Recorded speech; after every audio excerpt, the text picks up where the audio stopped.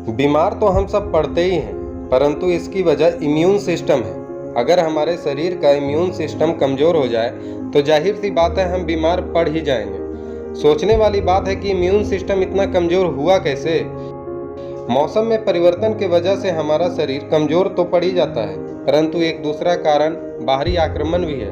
अरे मैं लड़ाई झगड़े की बात नहीं कर रहा, मैं बात कर रहा हूँ बाहर से आए वायरसों की, जो घर की तलाश में हमारे शरीर में प्रवेश कर जाते हैं और हमारे रक्षात्मक इम्यून सेल से लड़ने लगते हैं, जिसे भगाने के लिए हमारा इम्यून सिस्टम लड़ता है। इसी झगड़े में हमारा शरीर बलि का बकरा बनता है। तो सोचने वाली बात है, हमारा इम्यून सिस्टम इतना विकसित होने के बावजूद बाहरी परिवर्तन या वायरस या बैक्टीरिया का आक्रमण को रोक नहीं पाता और बीमार हो जाता है।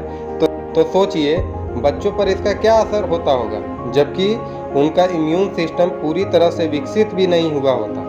बच्चे सबको प्यारे लगते हैं, अगर उसे खांसी हो जाए तो माँ बाप घबरा जाते हैं और तुरंत डॉक्टर से संपर्क करते हैं। खांसी होना आम बात है, खांसी कोई बीमारी नहीं, यह शरीर में हो रहे किसी परेशानी के संकेत है। इसके लिए अंग्रेजी दवाओं एवं आयुर्वेदिक उपचार दोनों ही उपलब्ध हैं, बस थोड़ी जानकारी की कमी है। तो चलिए दोस्तों, मेरे साथ एक नए सफर पर मैं नितेश सिन्हा कंपोजिशन वर्ल्ड की दुनिया में आप सभी का स्वागत है।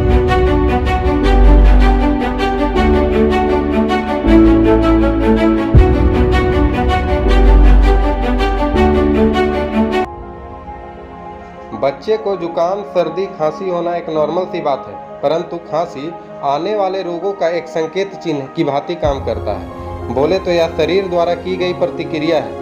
शरीर के रोग प्रतिरोधक क्षमता के कम हो जाने या वायरल इन्फेक्शन के कारण श्वास नलिका में सूजन आ जाती है, इससे बच्चों को खांसी होती है। बात अगर खांसी के प्रकार की जाए तो आयुर्वेद के अनुसार यह 5 प्रकार की होती है, जिनका नाम है वातज, पित्तज, कफज, छतज और क्षयज खांसी। वातज, पित्तज और कफज त्रिदोष से संबंधित हैं, लेकिन छतज और क्षयज किसी दूसरे कारणों से होती है। यह खांसी ज़्यादा खतरनाक होती है। इसकी पहचान इसकी लक्षणों से की जा सकती है।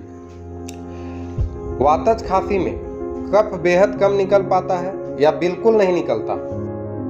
कफ निकलने की कोशिश में खांसी लगातार परेशान करती है। पसलियों, पेट, छाती वगैरह में दर्द होने लगता है। वहीं पित्तज खांसी में कफ का स्वाद कड़वा होता है, खांसते खांसते उल्टी हो जाती है तो पीला कड़वा पीत निकलता है, प्यास लगती है, शरीर में जलन होती है।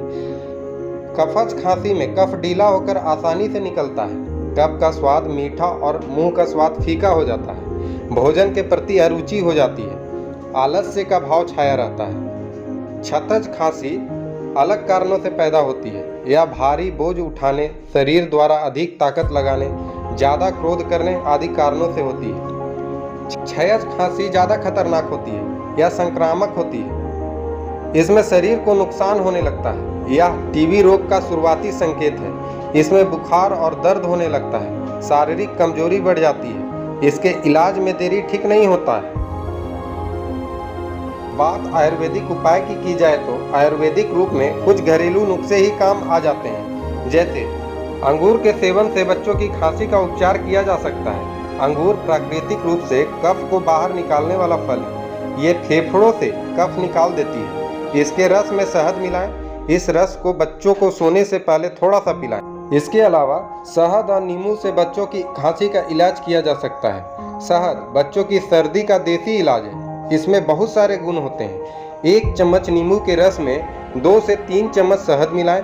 हर घंटे के बाद बच्चे को यह मिश्रण पिलाते रहें, इससे उनकी खांसी को आराम मिलता है। इसके साथ ही 1 गिलास या 1 कप गर्म दूध में 1 से 2 चम्मच शहद मिलाकर बच्चे को दें। दोनों ही उपाय रामबाण उपचार की तरह हैं। यह छोटा सा प्रयोग सर्दी और खांसी दोनों में लाभदायक होता है। इसके साथ ही लहसुन और शहद के मिश्रण से बच्चों की खांसी का भी उपचार किया जा सकता है।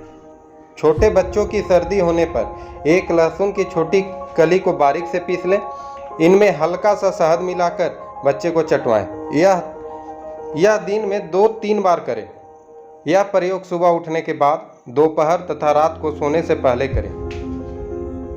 इसके साथ ही तुलसी के सेवन से बच्चों की खांसी का इलाज किया जा सकता है। तुलसी के पत्तों का रस निकालकर बच्चे को पिलाएं। इससे बच्चों की खांसी ठीक होती है। यह बहुत कारगर उपाय है। यह कुछ देसी उपाय थे। अब बात अगर अंग्रेजी दवाओं की जाए तो अभी तक हमने आयुर्वेद के अनुसार होने वाले खांसी के लक्षणों के बारे में जाना है, परंतु आम बोलचाल की भाषा में खांसी के भी 6 प्रकार होते हैं। सबसे पहले आइए जानते हैं एक्यूट खांसी के बारे में। यह खांसी अचानक होती है और इसका प्रभाव 3 सप्ताह तक बना रहता है। दूसरे नंबर पर आते हैं सब एक्यूट खांसी। यह खांसी 3 से 8 हफ्ता तक बनी रहती है। तीसरे नंबर पर आते हैं क्रॉनिक खांसी या पुरानी खांसी। इस खांसी का प्रभाव 8 सप्ताह तक बना रहता है। चौथे नंबर पर आते हैं बलगम वाली खांसी। इस खांसी में थूक और बलगम निकलता है। पांचवें नंबर पर आते हैं सूखी खांसी। इस खांसी में मुंह सूखा रहता है और थूक और बलगम नहीं आता।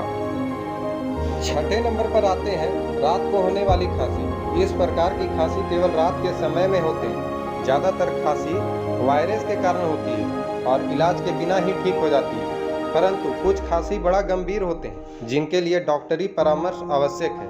आइए जानते हैं खांसी की दवाई के बारे में। तो सबसे पहले बात कर लेते हैं सिरप की।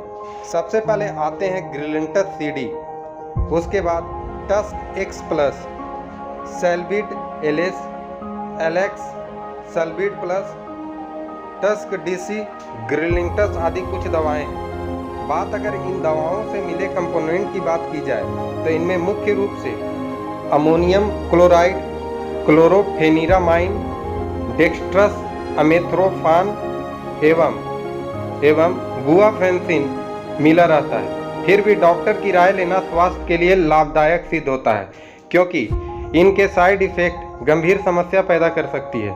दोस्तों, आज का वीडियो कैसा लगा कमेंट करके ज़रूर बताएं, और हाँ, जाते जाते लाइक सब्सक्राइब जरूर करें ताकि ऐसे ही मोटिवेशनल वीडियो आपके सामने लाता रहूं।